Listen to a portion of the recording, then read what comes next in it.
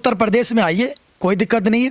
पर अगर माननीय मुख्यमंत्री जी को चुनौती देकर के आप उत्तर प्रदेश में कुछ करना चाहते हैं, वो संभव नहीं है। दीपू दास को कैसे मारा गया? डेली एक हिंदू की हत्या हो रही है बांग्लादेश के अंदर, नहीं हो रही है? एक बहन बेटी के 5 लोगों ने रेप करा, उसको पेड़ में बांध करके उसकी चोटी काट दी गई, और ये मुल्ले यहाँ पर खड़े होकर के भाषणबाजी करते हैं। जो भी इस देश में वंदे मातरम नहीं बोल रहा है, वो बड़वा इस देश का गद्दार है। उसको कल पाकिस्तान चले जाना चाहिए। और हमारे सामने लेके आओ अरशद मदनी को, वंदे मातरम का उससे जय श्री राम बुलवा। इसके अंदर राम जन्मभूमि उत्तर प्रदेश, कृष्ण जन्मभूमि उत्तर प्रदेश, काशी उत्तर प्रदेश, जहां राम कृष्ण शंकर तीनों बैठे हो, वहां पर अल्लाह मुल्ला की चलेगी क्या? ये झंडा चलेगा? भगवा सुना है? भगवा चलेगा। अब जिस भड़वे को भगवे से दिक्कत है, वो भारत छोड़ करके जा सकता है।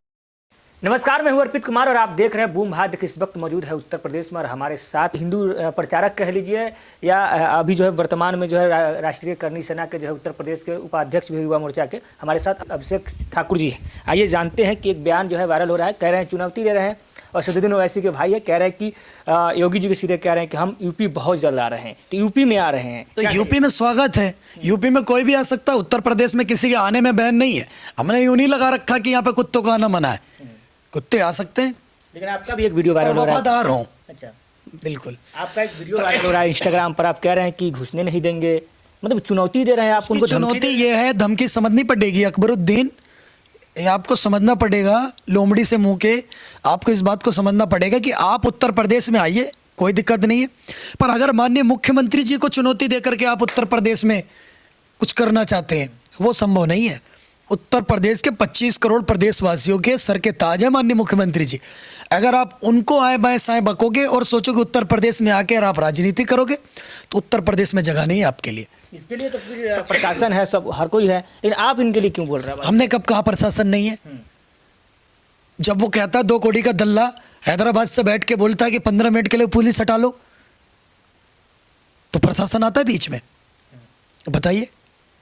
हम भी चुनौती के साथ कहते हैं कि तुम 2 करोड़ के दगड़ दल्ले अकबरुद्दीन, तुम 0.9 सेकंड हिंदुओं को झेल के दिखा दो। इतना आप लोग मतलब बताइए, असदुद्दीन ओवैसी के भाई है, संसद है, एएमआईएम पार्टी के चीफ मतलब है, उनके भाई को आप लोग ऐसे कह रहे हैं। तो इससे आपको वो एआईएम पार्टी के हैं, AIMYCM जो भी आप बता रहे हो, इसके वो चीफ हैं, तो इससे आप बहुत भारी भरकम दबाव महसूस कर रहे हैं। नहीं मतलब वो तो कह रहे हैं कि हमारा झंडा पूरा मतलब इस्लामिकीकरण करने की बात कह रहे हैं कि यूपी में जो है पूरा मतलब एक उनका झंडा होगा।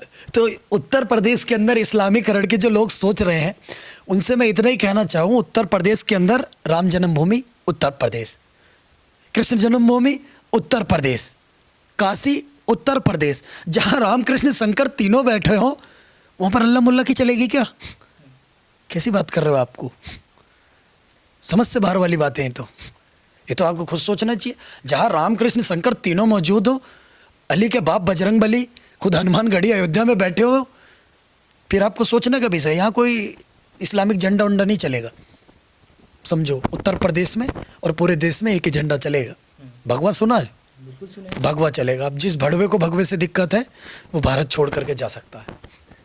लगातार कहीं ना कहीं जो है आप लोगों को लेकर ट्रोल भी किया जाता है कि आप लोग अंधभक्त हो गए हैं, आप लोग जो है नफरत मतलब फैला रहे हैं, इस पर क्या कहिएगा?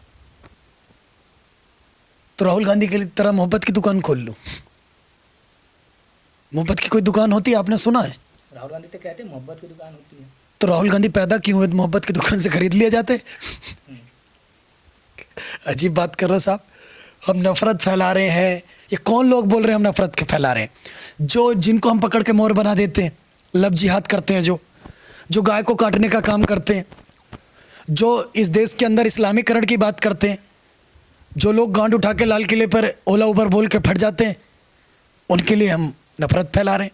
अभी दक्ष भाई ने, मैंने वीडियो देखी, मोर बना दिया कुत्ते की तरह। 17 साल 35 साल का वो दगड़ दल्ला मुल्ला 17 साल की हिंदू लड़की को लेकर के घूम रहा था, उसके साथ लव जिहाद कर रहा था। अब उसका मोर बना दिया, तो उसके लिए तो हम नफरती हो गए। लेकिन जिस बेटी का परिवार आज उन्होंने बचाया, उस परिवार के लिए क्या हो गए? अब तो उस परिवार के लिए हीरो हो गए ना। तो हीरो है हम। डर नहीं लगता आपको सर? आप इतना बोलते हैं कैमरा पर, आपको इतना धमकियां मिलता होगा, डर वही बात कर रहा हूँ, किससे डरना? एक सामान्य सा मतलब युवक है। आप मेरी बात सुनिए, जिनकी खुद कटने से नहीं बची, वो कहते तुम्हारी सर्तन से जुदा कर देंगे। आप इस बात को, तो इनसे डरने की जरूरत है, इन पे तो दया आती है। बेचारे मुल्ले, बेचारे हैं ये, इनके साथ धोखा हुआ है, आप समझो इस बात को। और रही बात डर की, तो सौभाग्य से हिंदू और भाग्य से राजपूत हूं। डर का बटन तो हमारे में डाला ही नहीं जाता। महाराणा प्रताप, पृथ्वीराज सिंह चौहान, छत्रपति शिवाजी महाराज, बप्पा रावल, महाराणा संग्राम सिंह, इनके वंशज हैं हम। प्रभु श्री राम, प्रभु श्री कृष्ण के वंशज हैं हम। क्षत्रिय कुल में प्रभु श्री राम का जन्म हुआ, प्रभु श्री कृष्ण का जन्म हुआ है, तो हमारे में तो डर का बटन होता ही नहीं है। अब किसी को लग रहा हो तो इतिहास उठा करके देखे, पढ़े। अगर बात करें जीएनजी के, तो आपके जैसे सर युवा जो हैं अभी इस सब के चीज़ों के लेके उतना आवाज़ भी नहीं उठाते हैं, अपना पढ़ाई लिखाई करते हैं, अपना जो है मतलब समझिए कि काम धाम करते हैं, लेकिन आप जो है सनातन के कार्य कर रहे हैं। मतलब ये इतना जो लोग आवाज़ नहीं उठा रहे उनके लिए क्लियर कट मैसेज है, आपने लड़ा नहीं। आप बताइए, कश्मीर में सबसे बड़ी पढ़ी लिखी आबादी कौन थी? कश्मीरी पंडित थे। साहब बादाम की खेती करते थे, काजू की खेती करते थे, केसर की खेती करते थे, लेकिन अपने हक के लिए लड़े नहीं, धर्म के लिए जागे नहीं, सब कुछ छोड़ करके वहां से भागना पड़ा, नहीं पड़ा? चलो वो तो पुरानी बात हो गई। अभी जो कल पैदा हुए हैं वो कहेंगे नहीं ये तो सब स्क्रिप्ट है। बांग्लादेश अपनी आंखों से देख रहे हो, नहीं देख रहे? दीपू दास को कैसे मारा गया? डेली एक हिंदू की हत्या हो रही है बांग्लादेश के अंदर, नहीं हो रही है? एक बहन बेटी के 5 लोगों ने रेप करा, उसको पेड़ में बांध करके उसकी चोटी काट दी गई, और ये मुल्ले यहां पर खड़े होकर के भाषणबाजी करते हैं। अच्छी लगती है बातें इनके मुंह से। मौलाना जो है तो वंदे मातरम भी नहीं बोल रहे हैं। आज ही बिहार से खबर आई है, जनगण मन के बाद जो वंदे मातरम, उस पर जो है सियासी संग्राम। मौलाना वंदे मातरम क्यों बोलेगा? मौलाना तो इस गद्दार है, तो वो क्यों बोलेगा वंदे मातरम? गद्दार बोल रहे हो उनको, मतलब अपना सबसे सर्वोपरि मानते हैं मुस्लिम समाज के लोग। उनके जो लोग हैं वो कौन? अरे जो मुस्लिम समाज के लोग हैं वो कहते हैं कि मौलाना ही सब कुछ होते हैं हमारे, मतलब जो उनके मजहब में। अच्छा, आप गद्दार कह रहे हैं? जो भी इस देश में वंदे मातरम नहीं बोल रहा है वो बड़वा इस देश का गद्दार है, उसको कल पाकिस्तान चले जाना चाहिए। और हमारे सामने लेके आओ अरशद मदनी को, वंदे मातरम का उससे जय श्री राम बुलवा देंगे। वो तो कहते हैं कि कुछ तो मौलाना जो है ये भी कहते हैं कि संविधान से ऊपर शरीयत है, हम संविधान से पहले शरीयत को मानते हैं। दिमाग खराब हो जाता है तो उसका एक इलाज है, अलर्ट।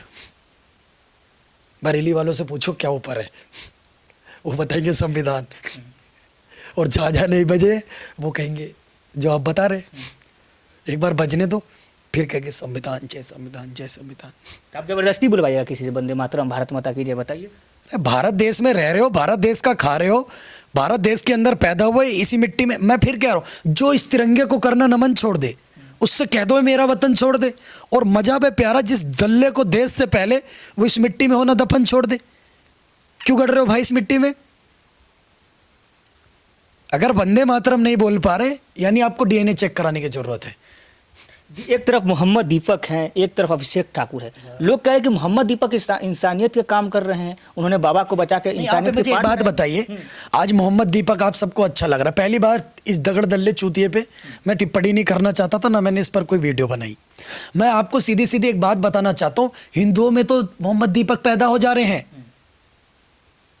लेकिन बांग्लादेश के अंदर जब एक विधवा बहन जिसके माथे का सिंदूर उजड़ गया, जिसके आगे पीछे कोई नहीं, उसको पेड़ में जब बांध के उसके साथ बलात्कार करा जा रहा था, उसकी चोटी काटी जा रही थी, तब कोई मोहम्मद अब्दुल क्यों नहीं बना अभिषेक ठाकुर? बताइए।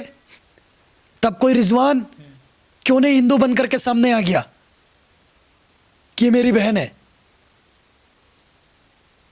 आप बताइए। ये सारी ढकोसले जो आप लोग करने की बात कर रहे हो, ये यहीं अच्छे लगते हैं जब तक आप बहुसंख्यक है। जिस दिन ये बहुसंख्यक हो गए उस दिन मोहम्मद दीपक भी कलमा पढ़ता, जो दीपक अभी मोहम्मद बन के घूम रहा है ना, ये भी कलमा पढ़ता हुआ नजर आ रहा है, आएगा, इस बात को ध्यान रखना। पहलगांव में जो हमला हुआ उसमें क्या पूछा गया था? हिंदू हो, कलमा जानते हो? नहीं जानते, सूट। तब कहां चला गया था ये? तब कोई वहां का क्यों नहीं आया बन करके? कोई मोहम्मद क्यों नहीं बोला कि मैं भी हिंदू हूं? क्यों? गांड फटी का सौदा था इसलिए। साथ अभिषेक ठाकुर जी थे, है मतलब बताते चले कि अभिषेक ठाकुर जी से खास बातचीत हुई, और इस बातचीत को कैसे देखते हैं? राय प्रतिक्रिया कमेंट बॉक्स से दर्ज करें। बहुत बहुत